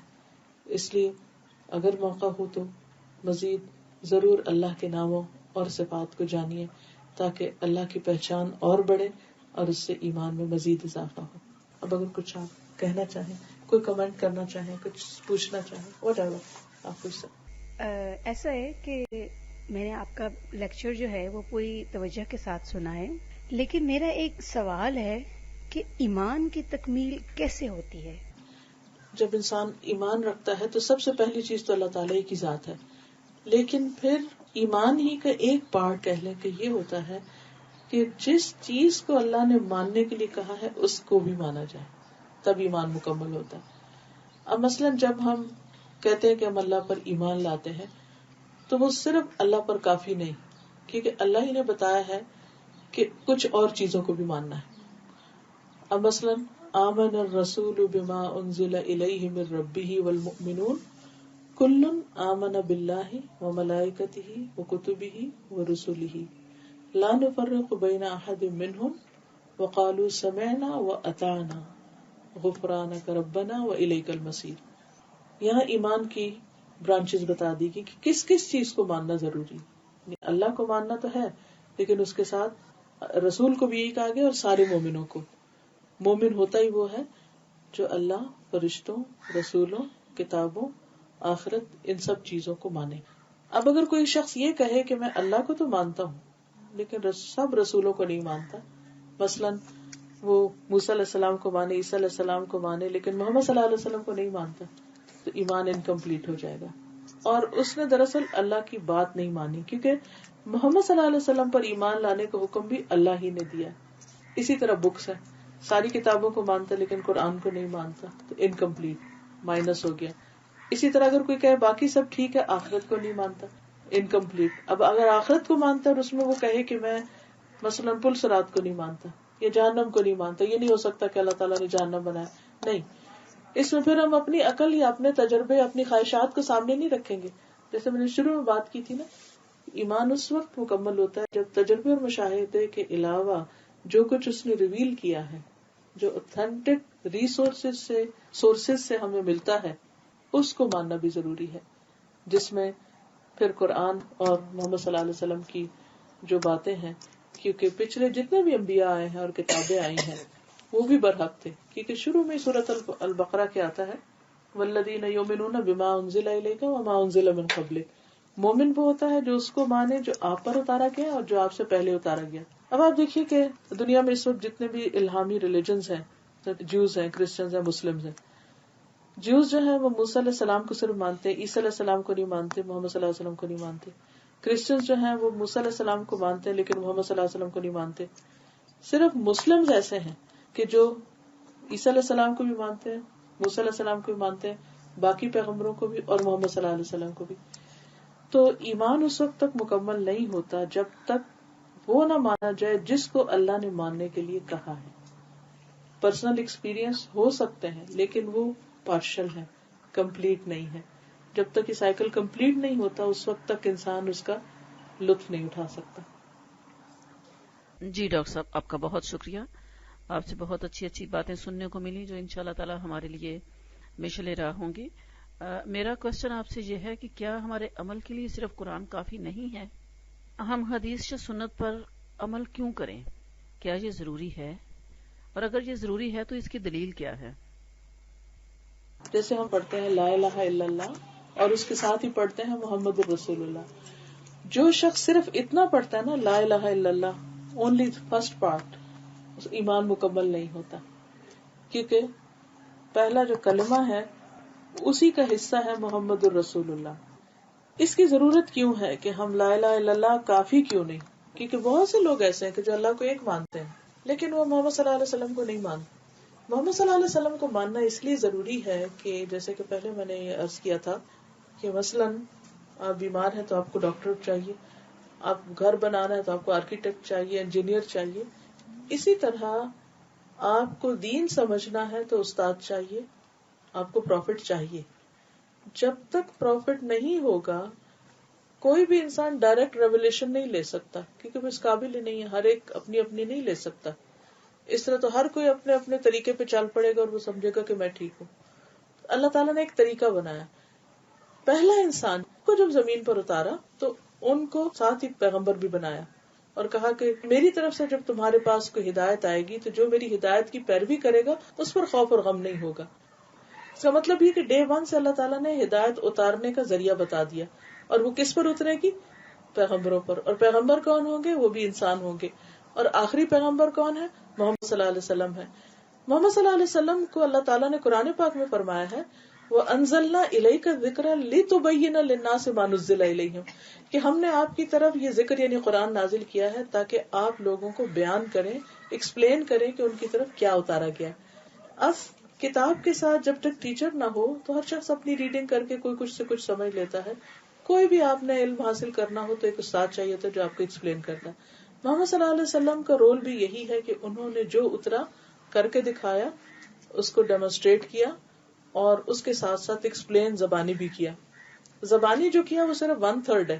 3 حصے آپ یہ سمجھے کہ ہمارے دین کے وہ ہیں جو آپ نے ہر چیز کر کے دکھائی. صرف بڑی بڑی باتیں نماز اور حج ہی نہیں بلکہ یہ تک بتایا کہ سونا کیسے، واش روم کیسے استعمال کرنا ہے، وضو کیسے کرنا ہے، زکوٰۃ کیسے دینی ہے، کون سا کام کیسے کرنا ہے، پانی نہیں استعمال کر سکتے تو تیمم کیسے کرنا ہے. یہ ساری چیزیں پریکٹیکل ڈیمونسٹریشن کر کے دکھائیں.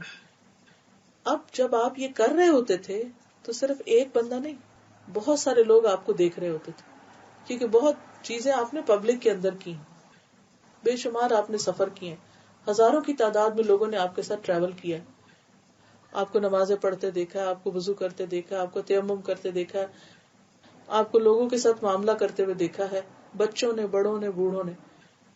ان سب نے ان سب چیزوں کو ساتھ ساتھ ریکارڈ کیا کہ کون سا کام کیسے کیا آپ نے، اور پھر اس کو آگے نریٹ کیا. شروع میں یہ نریشن جو تھی آپ کے دور میں وہ زبانی ہوتی تھی، اس کے بعد ان کو لکھا جانے لگا اور پہلے یہ چھوٹی کتابوں کی شکل میں، صحیفوں کی شکل میں اکٹھی کی گئی چیزیں، پھر ایسے اسکالرز آئے کہ جو سب چیزوں کو ملا کے بکس کی شکل میں لائے اور ان میں جیسے صحیح بخاری ہے، مسلم ہے اور حدیث کی کتابیں ہیں. پھر یہ ہوا چونکہ عام لوگوں کی بات مانی نہیں جاتی تھی تو لوگ پروفٹ کا نام لگا کے ہر بات بتا دیتے تھے، تو چھوٹی حدیثیں بھی گھڑ لی گئیں، کچھ چیزیں فیبریکیٹ کر لی گئیں اور ان کو بھی ساتھ شامل کر لیا گیا. لیکن چونکہ ایسی بہت ساری کتابیں اور ویریفیکیشن کے ایسے بہت سارے ذریعے موجود تھے کہ جس سے انہوں نے پھر اس کو الگ الگ کر دیا کہ صحیح کیا ہے اور کیا نہیں ہے.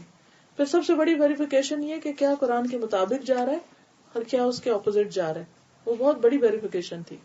جن لوگوں نے قرآن ہم تک پہنچایا ہے انہی لوگوں نے حدیث بھی پہنچائی. قرآن کی براہ راست حفاظت کا ذمہ اللہ تعالیٰ نے لیا، حدیث کی حفاظت اللہ سبحانہ و تعالیٰ نے بندوں کے ذریعے کروائی.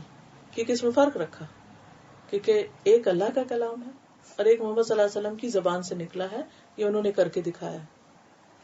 تو جیسے اللہ اور مخلوق میں فرق ہے، اسی طرح اللہ کی کتاب اور نبی صلی اللہ علیہ وسلم کی حدیث میں فرق ہے. لیکن اس میں اوتھینٹک چیزیں بھی ہیں، نان اوتھینٹک بھی ہیں، لیکن وہ واضح طور پر لکھی ہوئی کتابوں میں سب موجود ہے. کئی لاکھ لوگوں کے صرف لائف ہسٹری ریکارڈ کی گئی کہ یہ کہاں کس سے پڑھا، کون اس کے شاگرد ہیں، کہاں سے اس نے نریٹ کیا، اس کے حافظے میں کوئی خلل تو نہیں تھا. یہاں تک بھی لکھا ہوا ملتا ہے کہ جب یہ اس شہر میں تھا تو اس نے یہ کام کیا، جب یہ فلاں جگہ پر گیا تو اس کے حافظے میں کمی آ گئی تھی، فلاں جگہ پر اس کی کتابیں لٹ گئی تھی، فلاں جگہ اس کے ساتھ یہ ہوا تھا، لہٰذا اس کی یہ بات مانی جائے گی یا نہیں مانی جائے گی. Detailed knowledge. میں نے پی ایچ ڈی اسی میں کی ہوئی ہے کیونکہ میرے اپنے ذہن میں بہت زیادہ سوال اٹھتے تھے. قرآن سے تو ایک محبت تھی لیکن ہمیشہ کوشچن اٹھتے تھے کہ اچھا ہر وقت یہ پریشانی تھی، پتہ نہیں یہ ٹھیک ہے کہ نہیں، پتہ نہیں یہ ٹھیک ہے نہیں. تو میں خود ان ڈیپتھ یہ پڑھنا چاہتی تھی کہ کیا ٹھیک ہے اور کیا نہیں، سورسز کیا ہیں، کون کون سے میتھڈز ہیں کہ جن کے ذریعے حدیث نریٹ ہو کے ہم تک پہنچی، وہ لوگ کون تھے، ان کے لیونگ کیسی تھی، ان کی نریشنز کیسی تھی. تو یہ پوری ایک سائنس ہے، اس کو حدیث سائنسز کہتے ہیں. اور الحمدللہ اللہ تعالیٰ نے چونکہ یہ آخری دین تھا ہمارے لیے، دین اسلام، اور لوگوں کو ایک وے آف لائف دینا تھا، تو وہ صرف ایک کتاب کے ذریعے نہیں ہو سکتا تھا. تو نبی صلی اللہ علیہ وسلم کی سیرت اور سنت کے ذریعے وہ چیزیں ہم تک پہنچائی گئی. اور خود اللہ تعالیٰ نے فرمایا کہ ما آتاکم الرسول فخذوہ، جو رسول تمہیں دے اس کو لے لو اور جس سے وہ روکتے ہیں اس سے رک جاؤ. یہ خود اللہ کا حکم ہے. اور بہت جگہ آپ کو قرآن مجید میں ملے گا اطیعوا اللہ و اطیعوا الرسول، اللہ کی اطاعت کرو اور رسول کی اطاعت کرو. یہ خود اللہ تعالیٰ کا حکم ہے. ڈاکٹر صاحبہ میرا ایک سوال ہے کہ کیا زکوٰۃ کا پیسہ کسی بھی ہاسپٹل میں دیا جا سکتا ہے؟ اگر چیریٹی ہاسپٹل ہے پھر تو لگ سکتا ہے, لیکن اگر پبلک ہاسپٹل ہے جس میں لوگ جا کے اپنا علاج کرائیں گے اور پیسے بھی دیں گے تو اس میں نہیں لگتا. انہوں نے کچھ سسٹم بنایا ہوا ہوگا کہ جس میں غریبوں کے علاج کے لیے انہوں نے فنڈز الگ کیے ہوئے ہوں گے, اس میں نہیں دے سکتے, لیکن جو غریب وہاں پر پیشنٹس آئیں گے ان کو آپ دے سکتے ہیں, اس میں 100% دے سکتے جو افورڈ نہیں کر سکتے. ایکچولی مجھے اس کا ورکنگ نہیں پتا کہ وہاں کون آتا ہے کیا کرتا ہے. مثلا ایک شخص جو افورڈ کر سکتا ہے وہ ایک ایسی فیسلٹی سے فائدہ اٹھا رہا ہے کہ جو تو اس میں نہیں. مریض جو ہیں ان کے اوپر لگ سکتی ہے, بہت ایکسپینسو علاج ہوتے ہیں بعض اوقات اور لوگ اس کو افورڈ نہیں کر سکتے تو ان کو دے سکتے ہیں. قرآن مجید میں لکھے ہوئے 8 کیٹیگریز جو ہیں زکوٰۃ کی, ان میں یہ کیٹیگری نہیں ہے. تقسیم میں زکوٰۃ جو ہے وہ اللہ نے خود کی ہے, کس کس کو دینا ہے. اس میں دیکھیے کہ اسلام نے ہمیں ایک جنرل رول دیا ہے جو کسی کے لیے بھی اپلائی ہوتا ہے کہ تم میں سے کوئی شخص مومن نہیں ہو سکتا جو اپنے مسلمان بھائی کے لیے وہ پسند نہ کرے جو اپنے لیے کرتا ہے. دس از دا کرائیٹیریا. کسی کے ساتھ بھی آپ کو ڈیل کرنا ہو, فارگیٹ اباؤٹ اس وقت سسرال ہے, بہو ہے, ساس ہے, نند ہے, کوئی بھی ہے, ABCD کوئی بھی. ابھی ایمان کی بات ہو رہی تھی نا. ایمان کیا ہے کہ جب تک آپ دوسرے کے لیے وہ نہیں چاہتے جو اپنے لیے چاہتے ہیں آپ مومن نہیں. آپ مثلاً ایک بہو کی حیثیت سے کسی گھر میں جاتے ہیں اور ادھر آپ کا بھائی اپنی بیوی لے کر آپ کے پیرنٹس کے گھر آتا ہے. آپ اپنے پیرنٹس کو چھوڑ کر آئیں, کیا چاہتے ہیں کہ جو آنے والی لڑکی ہے وہ ان کے ساتھ کیا کرے, مرسیفل ہو, کیئرنگ ہو, لونگ ہو. اب جو ادھر چاہ رہے ہیں نا اپنے پیرنٹس کے لیے, وہ کسی کے پیرنٹ کے لیے آپ کو ادھر چاہنا ہے. جب وہ ایک خیر خواہی آ جاتی ہے نا اور کیئر آتی ہے اور لو آتا ہے تو وہ خود ہی سکھا دیتا ہے اب مجھے کیا کرنا ہے, اب دوسرے کی نیڈ کیا ہے. ہسبینڈ وائف کے ریلیشن شپ میں بھی جتنے بھی لیگلٹیز ہیں, رائٹس ہیں, ریسپانسبلٹیز ہیں, واٹس ایور, لیکن میں سمجھتی ہوں کہ جب تک انسان انسانیت کے لیول پہ یہ نہیں سوچتا کہ اس وقت دوسرے بندے کی کیا ضرورت ہے, کبھی بھی ریلیشن شپ اچھا نہیں ہو سکتا. میں نے اپنی زندگی میں یہی ایک اصول اپنایا ہے, کسی وقت کسی کے ساتھ شکایت بھی ہو جائے تو میں ہمیشہ یہ سوچتی ہوں کہ اس وقت میں اس کی جگہ ہوتی تو میں کیا چاہتی ہوں, مجھے کیسے ٹریٹ کیا جائے. میں اپنے لیے چاہوں گی کہ مجھے معاف کر دیا جائے, میں بھول گئی تھی, مجھ سے غلطی ہوگی, اب اگر سامنے والا مجھ سے معافی مانگ رہا ہے تو مجھے بھی کر دینا چاہیے. اب میں یہ غلطی کئی دفعہ کرتی ہوں, اگر اس نے بھی کئی دفعہ کی ہے چھوڑو, اب اس کو جانے دو. ایک تو یہ دی گئی. دوسری ایک بنیاد یہ دی گئی کہ تم کچھ بھی کرو گے, اگر ایک ذرے کے برابر بھی کسی کے ساتھ احسان کرو گے, نیکی کرو گے, تو وہ تمہیں واپس دی جائے گی. تمہارے ساتھ وہی کیا جائے گا جو تم کسی کے ساتھ کر رہے ہیں. جو کسی کے لیے کنواں کھودے گا خود اس میں گرے گا, اس مطلب نہیں کہ اسی میں ہی گرے گا, اس جیسا کوئی اور آ جائے گا رستے میں.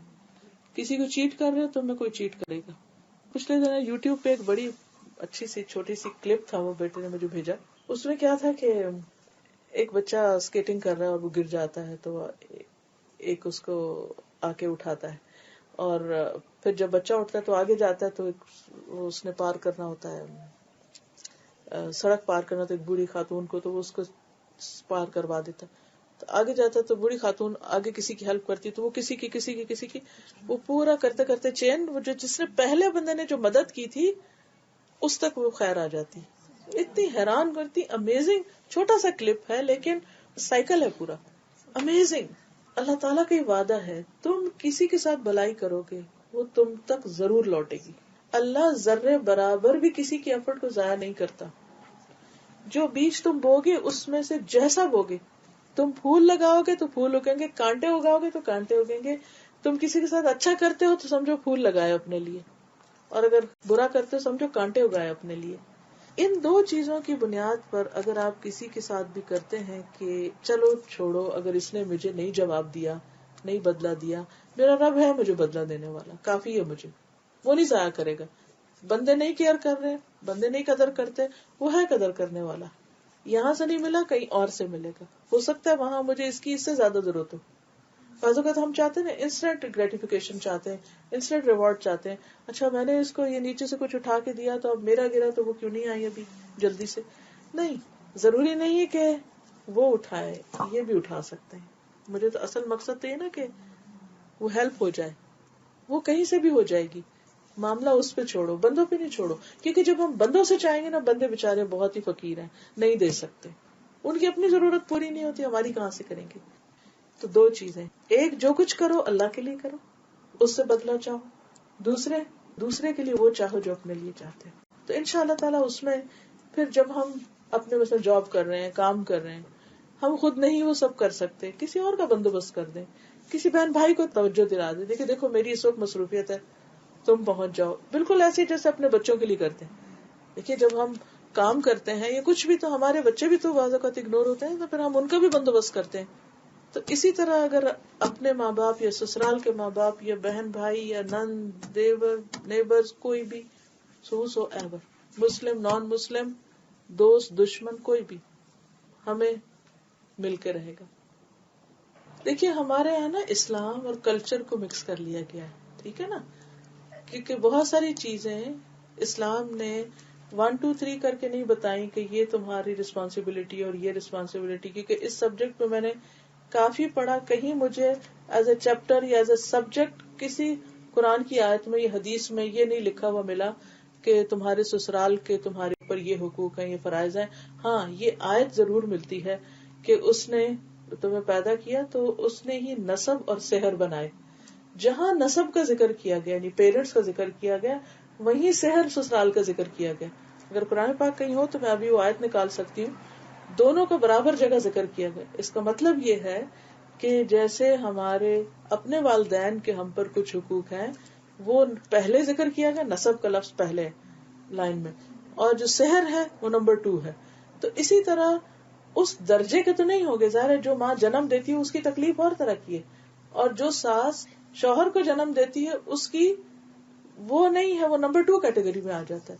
لیکن یہ نہیں کہہ سکتے کہ ان کے کوئی حقوق ہے ہی نہیں.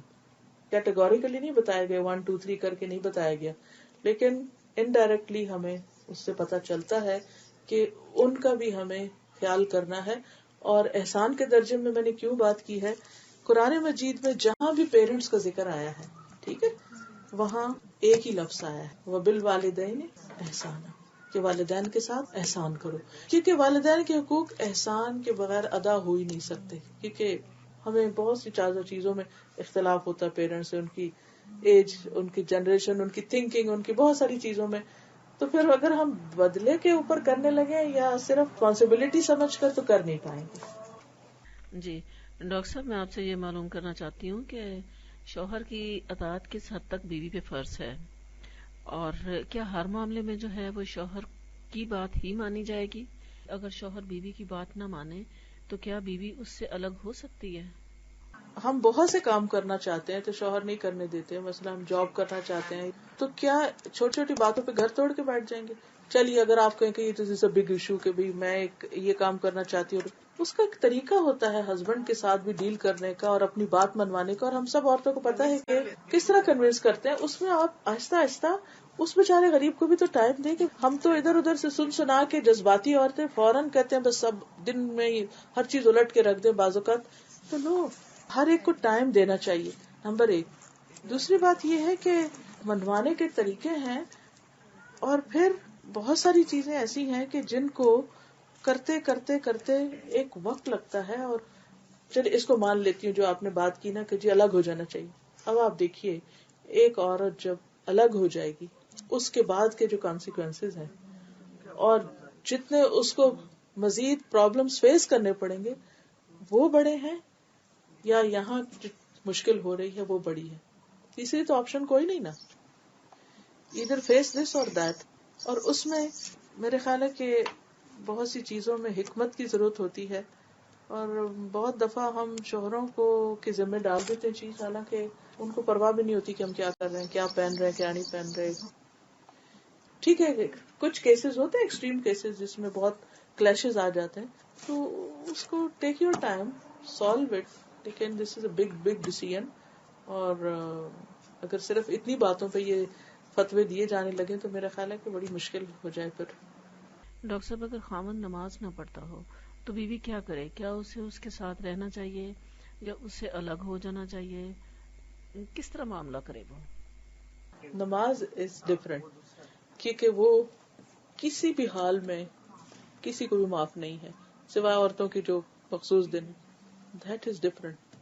باقی چیزوں کو آپ اس کے ساتھ نہیں جوڑ سکتے. اب جیسے روزے میں بھی آپ دیکھیں کہ بیمار ہیں, سفر پہ ہیں, گنجائش ہے نا, ایکسیپشنل کیسز ہر چیز میں, نماز میں ایکسیپشن نہیں ہے. تو نماز پہ قیاس کر کے ساری چیزوں کو آپ نہیں لے جائیں کہ اچھا اگر اس پر بہت سخت باتیں ہیں, میں سمجھتی ہوں کہ بہت سے ایسے فتوے ہیں, لیکن اس میں بھی ایک دن میں کہ آج میں نے کہا کہ تم نماز پڑھ لو, اس نے کہا نہیں پڑھے تو لہٰذا اب میں اس وجہ سے خلا لینے جا رہی ہوں, اس طرح نہیں گھر چلتے. اس میں بھی ایک طریقہ ہے. اور ایون ایک اگر کوئی مرتد ہو جاتا ہے تو اس کو بھی ٹائم دیا جائے گا, اس کو سمجھایا جائے گا, فوری ایکشن نہیں لیے جاتے. گھر کو جوڑ کے رکھنا ہے, حکمت کے ساتھ چلنا ہے, کیونکہ یہ انسان کی ایک ضرورت ہے. اور جب گھر ٹوٹتے ہیں تو اس سے صرف 2 لوگ نہیں, اس سے آپ دیکھیں جو اگلی نسلوں کے اوپر جتنے بچے ڈسٹرب ہوتے ہیں. آپ یقین کریں گے چونکہ بہت سے لوگ کنفائڈ کر کے بہت سی چیزیں شیئر کرتے رہتے ہیں, سب سے زیادہ ڈپریشن اور ڈسٹربنس کے کیسز میں نے ٹوٹے ہوئے گھروں میں دیکھے. افسوس کے ساتھ کہنا پڑتا ہے کہ ینگ گرلز میرے پاس آتی ہیں اور کہتی ہیں کہ ہمیں سخت پریشانی ہے کیونکہ ماں باپ کی لڑائی نے ہمارا سکون برباد کیا ہوا ہے. کوئی میڈیکل کے آخری سال میں ہے, وہ گھر چھوڑ کے جا رہا ہے, کوئی کچھ کر رہا ہے, کوئی کچھ کر رہا ہے, ماں باپ نے گھر جہنم بنایا ہوا. تو اس لیے چھوٹی چھوٹی باتوں پر صبر کی ضرورت ہے, اور اپنی خاطر نہیں, اپنے بچوں کی خاطر ہی, دونوں کو, میں نہیں کہتی صرف عورت, دونوں کو ہی صبر کرنے کی ضرورت ہے. دیکھیے نماز تو ایک ریچول ہے نا, تو قرآن تو ہدایت کے لیے بھی ہے, تلاوت کے لیے بھی ہے, عبادت کے طور پر بھی ہے, اس میں مجال وسیع ہے, یعنی زیادہ آپشنز ہیں. اس میں نماز کی شرطیں نہیں ہیں, نہ وضو کی شرط ہے, نہ دوپٹے کی شرط ہے, نہ ہی بیٹھنے کی شرط ہے. ٹھیک ہے ایک ریسپیکٹیبل کتاب ہے, اس کو آپ ایسے ہی نہیں رکھتے, کیونکہ میں اس کی بھی قائل نہیں ہوں کہ پاؤں کے پاس رکھ دیں ادھر ادھر, جیسے آپ حرم میں بعض اوقات نادان لوگوں کو کرتے دیکھتے ہیں.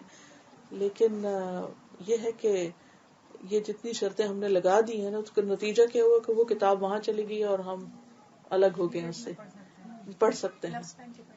جی اس کو مطلب یہ کہ جیسے ایک ہوتی ہے نا, ایک فیلنگ ہوتی ہے کہ کاغذ رکھ لیں, ٹیشو رکھ لیں, کچھ رکھ لیں. میرے پاس ایک کوشچن تھا, میرے بیٹے نے پوچھا کہ فوٹوگرافی اور ویڈیو بنا سکتے ہیں کہ نہیں, اور اگر بنا سکتے ہیں تو کس چیز کی بنا سکتے ہیں. کسی بھی چیز کے کرنے کا مقصد معلوم ہونا چاہیے کہ کیوں کر رہے ہیں. ہماری زندگی بھی قیمتی ہے, ہمارے ریسورسز بھی قیمتی ہیں. ایسے ہی فضول میں یہ بنا لو وہ بنا لو, یا پھر ایسی چیزوں کی جن کی ضرورت نہیں ہے یا کوئی مقصد نہیں ہے, یا بعض اوقات بنا کے وہ کمپیوٹر بھرے ہوئے ہیں, البم بھرے ہوئے ہیں, کس کے پاس ٹائم ہے دوبارہ ان کو دیکھنے. یا پھر ایسی چیزیں جو انسان کو کسی بھی طرح اصل زندگی کے مقصد سے یا پروڈکٹیوٹی سے ہٹا رہی ہوں, تو ان چیزوں پہ کچھ بھی بنایا جائے گا تو کسی پرپز کے لیے بنایا جائے گا. اور کیمرہ اور ویڈیو جو ہے اس کا جو ہے حکم فرق ہے اس سے جو ہاتھ سے بنایا جاتا ہے. ہاتھ سے بنانے کی ممانعت ہے, الا یہ کہ اضطراری کیفیت ہو, کہ جیسے تعلیم کے مقاصد میں ہو یا کچھ صرف ایک شوق کے طور پر نہ ہو. اور میوزک کے جی میوزک از ایبسولوٹلی حرام, اور there are kinds of music. And adding the dholki, kind of دف کا ملتا ہے کہ نبی صلی اللہ علیہ وسلم کی موجودگی میں آپ لیٹے ہوئے تھے اور بچیاں دف بجا رہی. دف آپ نے دیکھا کہ وہ جو ایک طرف سے ہوتا ہے جیسے چھلنی نہیں ہوتی اس کی طرح کا. نہیں سب کچھ تھا, کون کہتا کہ نہیں تھا. ٹھیک ہے, اتنے اس میں دیکھا جائے گا کہ کیا بول رہے ہیں آپ, شادی میں بول کے آ رہے ہیں, کیونکہ شرک نہ ہو, تکبر نہ ہو, فخر نہ ہو, کیونکہ جھوٹ نہ ہو. کیونکہ نبی صلی اللہ علیہ وسلم کے پاس جب بچیاں وہ شعر پڑھ رہی تھی تو ان میں پڑھتے پڑھتے اس ایک بچی نے کہا ہمارے بیچ میں ایک ایسا نبی آیا جو کل کی خبر جانتا ہے. تو آپ نے روک دیا, آپ نے کہا نہیں یہ مت کہو. اب دیکھیں ہمارے یہاں بعض نعتیں ایسی ہیں جس میں حضور صلی اللہ علیہ وسلم کے ساتھ ایسی باتیں منسوب کر دی جاتی ہیں کہ جو آپ کی شان کے خلاف ہے. وہ ایک ہم جگہ پہ گئے تھے, آپ بھی تھی وہاں پر, تو انہوں نے بتایا تھا کہ اللہ تعالیٰ کے عرش پہ لکھا ہوا تھا لا الہ الا اللہ محمد رسول اللہ. تو حضرت آدم علیہ السلام کو اللہ تعالیٰ نے کہا کہ یہ تمہارا پہلا مہر ہے, حق مہر پہلا وہیں سے دیا گیا. Is it true? میرے علم میں ایسا میں نے کہیں نہیں پڑھا. میرا علم بہت کم ہے, میں نہیں دعویٰ کرتی کہ میں سب کچھ جانتی ہوں, لیکن کہیں ایسا پڑھا نہیں. تو انہوں نے یہ نہیں بتایا تھا کہ کہاں, بٹ انہوں نے ساروں کے لیے بات بتائی تھی. تو مجھے اس دن سے میں ونڈر کر رہی تھی کہ یہ بات سچ ہے کہ نہیں ہے. دیکھیے مہر تو ہوتی ہے ایک چیز جو دینے کی ہوتی ہے نا, کوئی لکھی ہوئی چیز جو عرش پہ لکھی ہوئی ہے وہ کسی کو مہر کے اللہ کے عرش پہ لکھا ہوا ہے لا الہ محمد رسول اللہ. کہیں نہیں میں نے پڑھا. میں نے کہیں نہیں پڑھا, نہ کبھی سنا ہے نہ پڑھا ہے. وآخر دعوانا ان الحمد للہ رب العالمین.